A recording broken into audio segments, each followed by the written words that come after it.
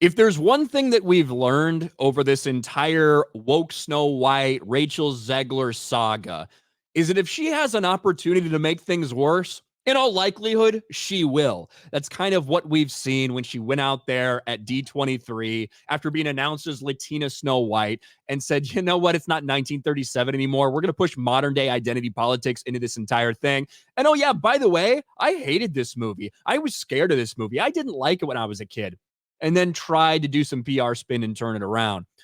Well, obviously, after the most recent D23, with the release of yet another a Disney promotional trailer that got absolutely destroyed, this has kind of been the talk of the town because we're almost at 500,000 dislikes on the Snow White teaser trailer. Now, what did the media talk? Did they say, oh, wow, it's getting a lot of backlash? No, they bragged about how many people watched it. How many views? The Snow White live action trailer earned over 120 million views during its first 24 hours. It's the most viewed trailer for a Disney live action film since The Lion King. Now, of course, it eked out by a couple million views over something like The Little Mermaid, which obviously got a lot of backlash and also ended in complete disaster, a flop at the box office.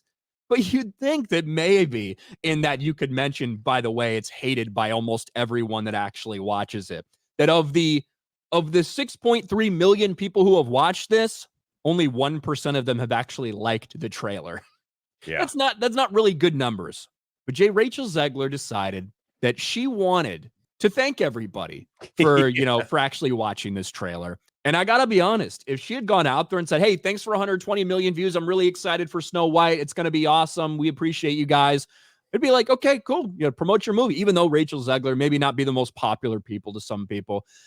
However, if you're going to then attach a very politically charged statement right under that talking about your Snow White movie, don't know if that's the best move. And that's exactly what Rachel Zegler did. I love you all so much. Thank you for the love. And for 120 million views on our trailer in just 24 hours. What a whirlwind. I'm in the thick of rehearsals for Romeo and Juliet, so I'm just going to get out of here. Bye for now.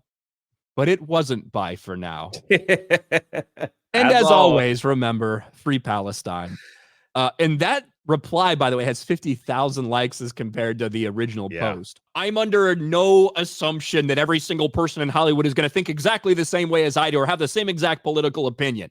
And it wouldn't surprise me for Rachel Zegler to go out and tweet about this shit on her own. However, it's a different thing when you're attaching it specifically to the project you're working on. This is a post thanking people for the support for the Snow White movie.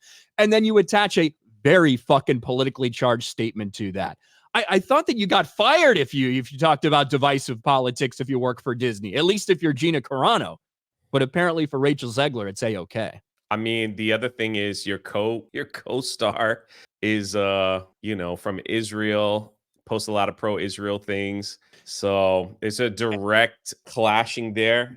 And in fact, like you brought up in your video where you mispronounced Gal Gadot's name, but you did bring up the fact that she's been under a lot of fucking, there's a bunch of people trying to boycott this. There's people that are saying because Gal Gadot is Israeli, she should be recast and saying a lot of shit. She's getting a lot of backlash from kind of the woke crowd right now. And to say something like that when your co-star is embroiled in that in response, very interesting, isn't it? Yeah. The thing is too, is like what I've seen, at least from social media, is that now you have people that are like, I was going to watch it because of Gal and now I'm not because of Rachel, and then vice versa. I was going to watch it, but I don't want to support someone from Israel, so I'm not going to watch this film. So now you have like that fighting. Then you have this, which will come up, I believe, eventually, if they do the press tour together, which maybe they won't, but we'll see. That some reporter might even ask Rachel about all this stuff, knowing that your co-star is on the different side. And, if she says anything on the lines of, oh, I love Gal Gadot. I love her. She was great working for her.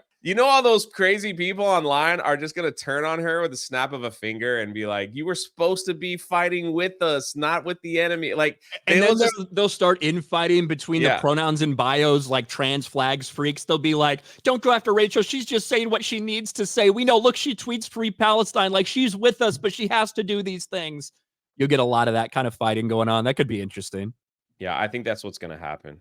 because in some of the promo pictures from D23, which what we noticed, like even on Instagram and stuff, you have Gal and you have Wonder Woman. How about that? If I just call her Wonder Woman, she did a video of her whole D23 experience, which included Rachel. And then if you go to Rachel Zegler, she has nothing about any of her co-stars in that film.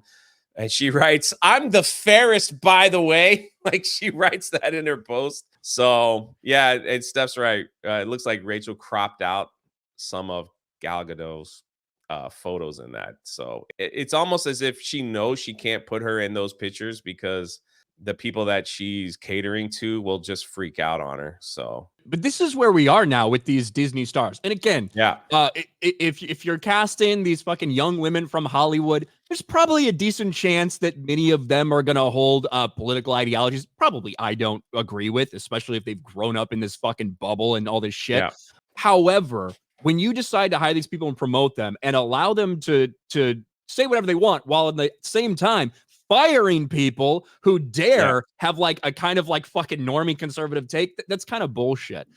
This is the way that Disney is presenting themselves as a company now. They have young, radical, woke activists who are going out there and in the name of your show, not just kind of on your own time or whatever, but in the name of your show or your movie, Amandla Stenberg, that's a great example as well. The diss track she did, based completely directed at Star Wars fans during the Acolyte. This is what Disney is putting out there. This is the new and improved Disney in some of the woke mind virus infected people's like way of thinking. This is who they are now, and it's kind of disturbing.